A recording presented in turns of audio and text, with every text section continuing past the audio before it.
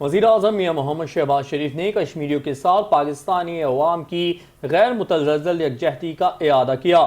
وزیر اعظم میاں محمد شہباز شریف نے یوم استحصال کے حوالے سے پیغام میں بھارت کے غیر قانونی اور یک طرفہ اقدامات کی شدید مذمت کی۔ انہوں نے کہا کہ یوم استحصال بھارتی بربریت کی ایک سنجیدہ یاد دہانی ہے۔